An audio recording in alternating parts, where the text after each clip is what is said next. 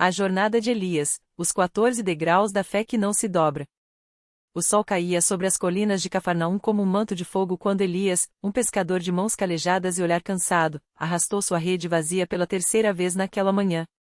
A fome já apertava o ventre de sua família, e as dívidas com os mercadores de Tiberíades cresciam como ervas daninhas após a chuva. Sua mulher, Raquel, tecia em silêncio à sombra da figueira, mas ele conhecia o peso daquele silêncio era o mesmo que carregava no peito há semanas. Foi então que ouviu os passos na areia. Um homem de túnica simples, mas com uma autoridade que fazia o ar vibrar, aproximou-se. Segue-me, disse-lhe Jesus, sem mais explicações.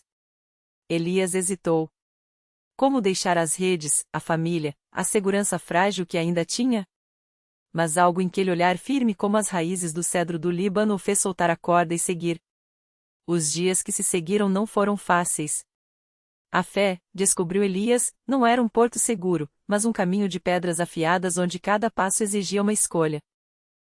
A fé começa onde o medo termina. Na primeira tempestade no lago, as ondas engoliam o barco como bestas famintas. Elias, agarrado à madeira, viu Jesus dormir na popa, indiferente ao caos.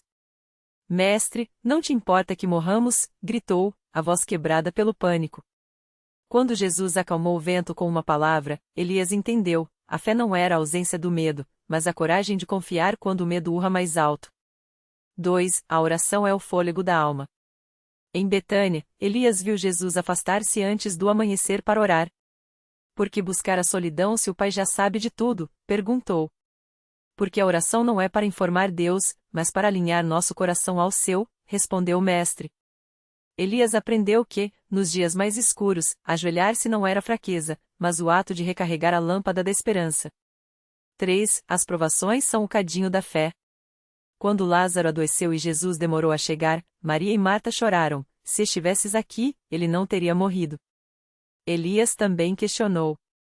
Mas ao ver Lázaro sair do túmulo, envolto em faixas, compreendeu, Deus não evita a dor, mas a transforma em testemunho. A fé inabalável não nasce na tranquilidade, mas na forja do sofrimento. 4. A palavra é lanterna para os pés. Nas noites sem lua, Elias via Jesus citar as Escrituras como quem acende uma tocha. O homem não vive só de pão, murmurava, enquanto partia os pães para a multidão. Elias passou a guardar os salmos no coração. Quando a dúvida o assaltava, as promessas eram âncoras, não te deixarei, nem te desampararei. 5. A gratidão é o perfume da fé. Entre os 10 leprosos curados, apenas um voltou para agradecer. Onde estão os outros? Perguntou Jesus. Elias, que antes murmurava por cada peixe que escapava de suas redes, começou a contar as bênçãos, o pão de cada dia, o riso de seu filho, o nascer do sol. A gratidão não mudava suas circunstâncias, mas mudava seu coração. 6. O perdão é a porta da liberdade. Simão, o cobrador de impostos, era odiado em Jericó. Até que Jesus jantou em sua casa. Como podeis perdoar quem nos rouba? Indagou Elias. Porque o ressentimento é uma prisão sem grades, respondeu Jesus. Quando Elias perdoou o credor que o humilhara, sentiu o peso se desprender como uma armadura velha. 7. A obediência é o mapa na escuridão.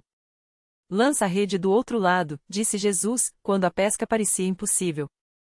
Elias obedeceu, mesmo sem entender. A rede quase se rompeu com a quantidade de peixes. Aprendeu que a fé muitas vezes caminhamos sem ver o caminho, mas confiamos em quem o conhece. 8. A comunhão é o abrigo na tempestade.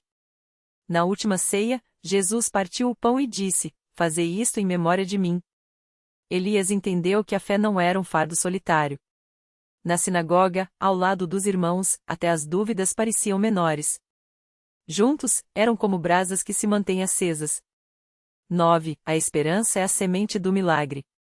Ao pé da cruz, quando tudo parecia perdido, Elias lembrou-se das palavras de Jesus, se o grão de trigo não cair na terra e não morrer, fica ele só. 3 dias depois, o túmulo vazio provou que a esperança não é ilusão, mas a certeza de que Deus escreve além do que nossos olhos veem. 10. O amor é a linguagem do céu. Amai-vos uns aos outros como eu vos amei, repetia Jesus. Elias, antes impaciente com os erros alheios, começou a enxergar as feridas por trás das máscaras. Ao servir o pobre à porta de sua casa, descobriu que amar era o único mandamento que continha todos os outros. 11. A humildade é o alicerce. Quando Jesus lavou os pés dos discípulos, Elias sentiu orgulho queimar como sarça no deserto. Se eu, sendo Senhor, vos lavei os pés, vós deveis lavar os pés uns dos outros. Aprendeu que a fé inabalável não se ergue na altivez, mas na disposição de curvar-se. 12. A paciência é a arte de esperar em Deus. Anos depois, quando a perseguição espalhava os crentes, Elias, já velho, viu muitos desistirem. Até quando, Senhor, clamava. Mas lembrou-se do agricultor que espera a chuva tardia. A paciência não era passividade, mas a confiança de que Deus age no tempo certo mesmo quando tardio aos nossos olhos. 13. A alegria é a canção da fé. Mesmo na prisão, Paulo cantava hinos. Elias, que antes associava a alegria à abundância, descobriu que ela era um fruto do Espírito, não das circunstâncias. Em meio à escassez, aprendeu a rir com os filhos, a dançar nas festas da comunidade, a celebrar a vida como domingo. 14. A fé inabalável é um legado. Anos mais tarde, com as mãos trêmulas e os cabelos brancos, Elias contava essas histórias à beira do lago para uma nova geração.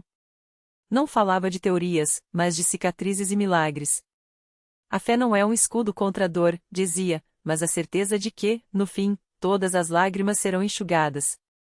E quando fechou os olhos pela última vez, não viu o vazio, mas aquele que havia caminhado com ele em cada tempestade e que ainda o esperava do outro lado da margem. 15. O silêncio que fala. O vento levava as palavras de Elias como sementes sobre a água, e as crianças, sentadas na areia quente, guardavam-nas sem entender ainda o peso delas. Entre elas estava Raquel, a mais nova, que nunca conhecera a fome dos primeiros anos nem as noites em que o medo apertava o peito dos adultos como uma corda. Para ela, a história do pai era apenas isso, uma história. Até que, numa tarde de céu pesado, o rio transbordou. As águas levaram as colheitas, os animais, parte das casas. Os mais velhos olharam para o horizonte enegrecido e reviveram, em silêncio, a memória da primeira tempestade.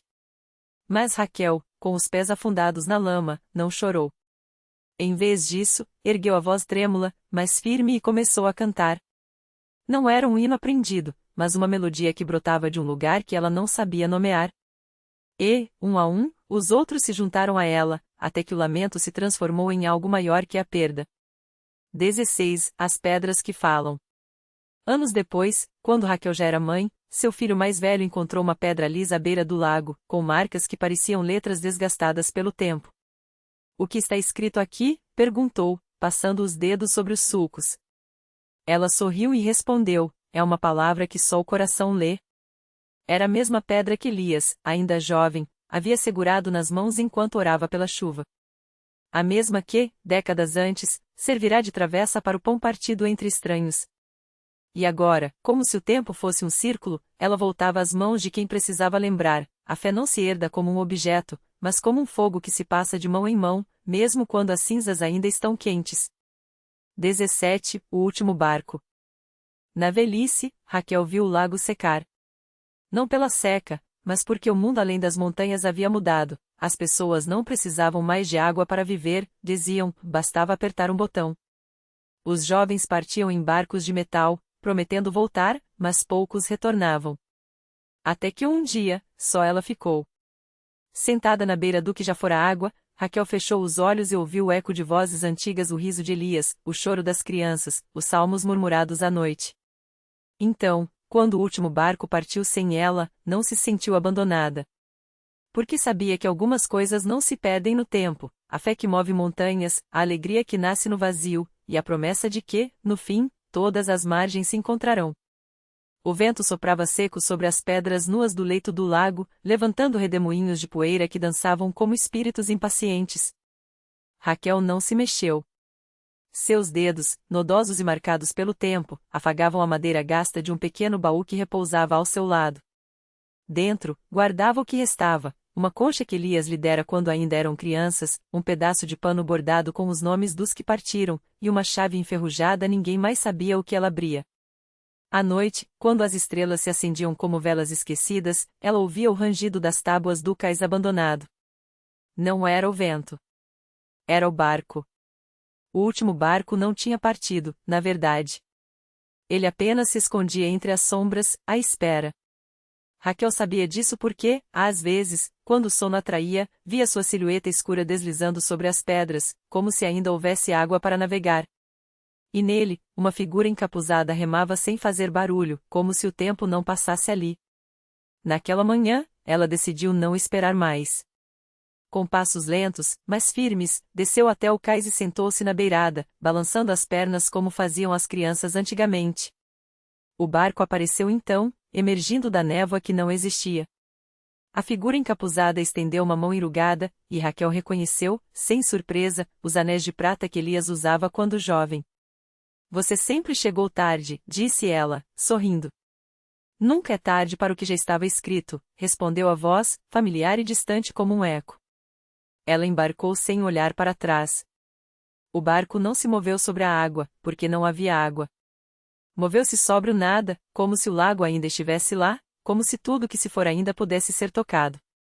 E enquanto se afastavam, Raquel viu as margens se aproximarem novamente, não como terra, mas como memória e soube que, desta vez, não haveria despedidas. O barco deslizou sem som, e a névoa que não existia se fez mais densa, envolvendo-os como um sudário tecido de fios de prata. Raquel sentiu o peso dos anéis de Elias ao tocar sua mão frios, mas não inertes, como se guardassem ainda o calor de gestos há muito esquecidos. Ele não tirou o capuz, e ela não pediu.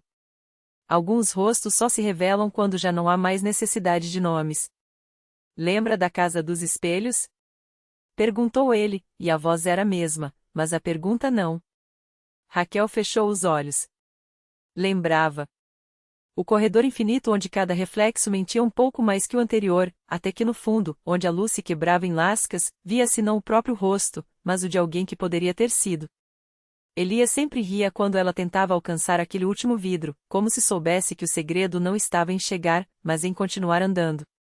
Você me deixou lá, disse ela, não como acusa, mas como quem constata a chuva depois de anos de seca. Eu só saí antes. Alguém precisava segurar a porta. O barco parou, ou talvez nunca tivesse se movido. À frente, não havia cais, nem margem, nem mesmo a sombra de uma árvore. Havia uma porta, alta e estreita, feita de madeira tão escura que parecia absorver a pouca luz disponível. Não tinha maçaneta, nem fechadura, mas Raquel soube que bastaria empurrar. E se não houver nada do outro lado? Perguntou, embora já conhecesse a resposta. Elias finalmente baixou o capuz. Seu rosto era o de um homem que havia envelhecido todas as idades de uma vez, os traços sobrepostos como páginas de um livro lidas demais. Os olhos, porém, eram os mesmos verdes, quase dourados, com aquele brilho que sempre pareceu roubado de algum lugar proibido. Sempre há algo, disse ele. Mesmo que seja só a gente mesma, esperando para começar de novo. Raquel empurrou a porta. Do outro lado, não havia escuridão, nem luz cegante, nem o vazio que ela temera em sonhos. Havia um quarto pequeno, com uma cama de ferro forjado e um armário de espelho embaçado. Sobre a mesa de cabeceira, um relógio de pêndulo marcava 3 horas e 22 minutos a hora exata em que, décadas antes, ela havia acordado sozinha pela primeira vez, com a certeza de que algo irreparável acontecerá. No chão, junto à porta, 2 pares de sapatos lado a lado. Um deles, ela reconheceu, eram os seus, ainda com a lama seca das margens do lago que não existia mais. O outro par era de couro gasto, com solas desgastadas de tanto andar em círculos. Elias entrou atrás dela e sentou-se na beira da cama, como se aquele fosse o gesto mais natural do mundo. Você vai ficar? Perguntou Raquel, embora já soubesse que a pergunta era inútil. Ele sorriu, e pela primeira vez em anos ou em sempre ela viu nele não um fantasma, não uma memória, mas apenas um homem, cansado e aliviado, como quem finalmente põe abaixo uma máscara que nem lembrava estar usando. Eu nunca saí, disse ele. E então o relógio bateu, uma única vez, embora o ponteiro não tivesse se movido. A janela do quarto se abriu sozinha, e pelo vidro entrou não o vento, mas o cheiro de terra molhada após a primeira chuva. Raquel respirou fundo. Do lado de fora, além dos vidros embaçados, via-se o contorno de uma casa velha, com um corredor de espelhos que não refletiam nada ainda. A mão dele encontrou a dela sobre o cobertor, dedos entrelaçados como se o tempo não tivesse passado, como se nenhuma sombra os tivesse separado. Raquel sentiu o peso daqueles anos todos os que viveu sozinha, os que ele passou não estando se dissolvendo no ar úmido que agora enchia o quarto. Não havia mais espaço para perguntas. A casa está te esperando, murmurou ele, como se isso explicasse o relógio parado, a janela aberta, o cheiro que não vinha de nenhuma chuva conhecida. Ela não resistiu quando ele a guiou até o corredor. Os espelhos, antes vazios, começaram a tremeluzir, e nas superfícies escuras surgiram fragmentos, um riso cortado ao meio, uma porta que nunca deveria ter sido aberta, as mãos de Raquel, mais jovens, segurando algo que brilhava como gelo. Ele apertou seu ombro, firme. Não olhe muito, avisou. Eles mostram o que a gente já sabe. Mas Raquel já tinha visto. No reflexo mais distante, entre as rachaduras do vidro, uma figura se movia ela mesma, só que não. A outra Raquel sorriu, e o sorriso se alargou até não caber mais no espelho, até transbordar como tinta na água. O chão rangeu sob seus pés. Eles estavam no jardim agora, onde a grama crescia alta e desordenada, como se ninguém a tivesse pisado em décadas. No centro, uma mesa de pedra, coberta por um pano branco que o vento não conseguia levantar. Sobre ela, 2 copos e uma garrafa de vinho pela metade, o líquido dentro ainda vermelho, ainda intacto. Você se lembra? Perguntou ele, puxando a cadeira para ela se sentar. Raquel tocou a borda do copo. Lembrava, sim. Lembrava do gosto do vinho, da promessa que não fora quebrada, apenas adiada. Lembrava do dia em que ele desaparecera, não com um adeus, mas com um até logo, como quem sai para comprar pão. O tempo aqui não é como lá fora, continuou ele, servindo o vinho que nunca acabava. Às vezes, um segundo dura anos. Às vezes, uma vida inteira cabe num piscar. Ela bebeu. O líquido queimou como fogo, mas quando engoliu, era doce. Doce como a mentira que contará a si mesma por tanto tempo, que ele tinha ido embora, que ela tinha seguido em frente. Algo se mexeu entre os arbustos. Raquel virou a cabeça e viu eles nas outras versões, as que tinham ficado presas nos espelhos, nos quartos escuros, nas decisões que nunca tomara. Uma a uma, foram se aproximando, sentando-se à mesa, pegando copos que não estavam lá um segundo antes. Ninguém falou. Não era necessário. Ele pegou sua mão de novo. Agora você entende, disse. Não era você que não conseguia me esquecer. Era eu que não conseguia voltar. O céu acima deles escureceu de repente, não como noite, mas como se alguém tivesse apagado a luz. As estrelas não piscavam, e elas respiravam. E no silêncio que se seguiu, Raquel ouviu, finalmente, o que o relógio tinha tentado dizer com seu único toque. Você sempre soube. A mesa se estendeu, madeiras e veios desconhecidos brotando como raízes sob seus dedos, acomodando as outras Raquel sem esforço. Cada uma delas carregava um peso diferente nos ombros, algumas com cicatrizes visíveis, outras com olheiras fundas como poços, uma com os cabelos ainda curtos, cortados na pressa de uma decisão que nunca fora só sua. A que estava ao lado dele, porém, a que segurava sua mão, era a única cujos olhos não tremiam. Elas não se olharam. Não havia julgamento ali, nem inveja. Apenas o reconhecimento mudo de que todas, em algum momento, tinham ouvido o mesmo chamado e respondido de maneiras distintas. Uma delas, aquela que nunca tinha saído do apartamento, que deixará as cortinas fechadas por anos, levantou o copo e bebeu algo que brilhava como mercúrio. O líquido escorreu pela garganta sem molhar, sem queimar, apenas preenchendo um vazio que Raquel não sabia que existia.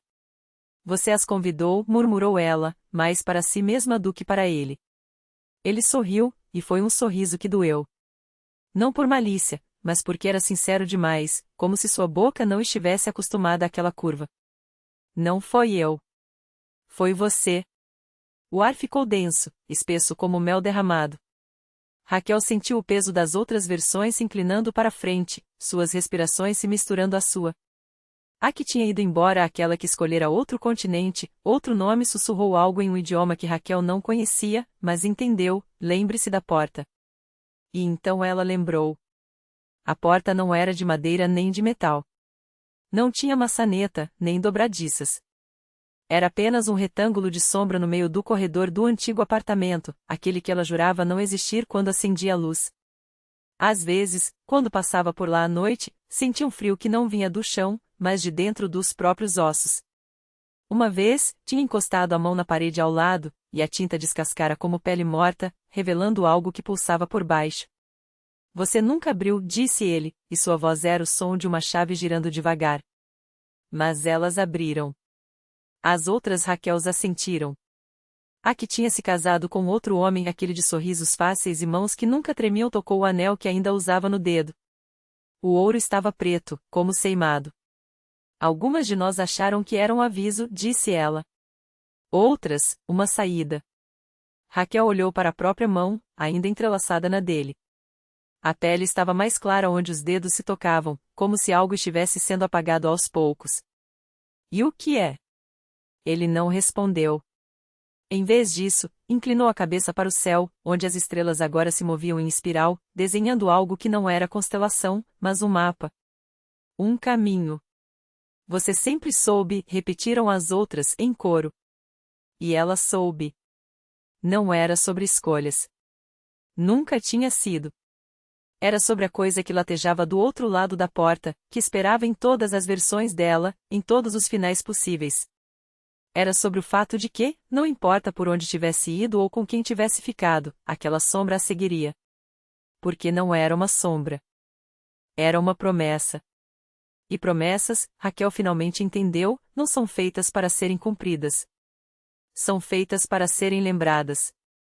Raquel fechou os olhos e sentiu o peso daquilo que sempre esteve ali, latente como um segundo coração.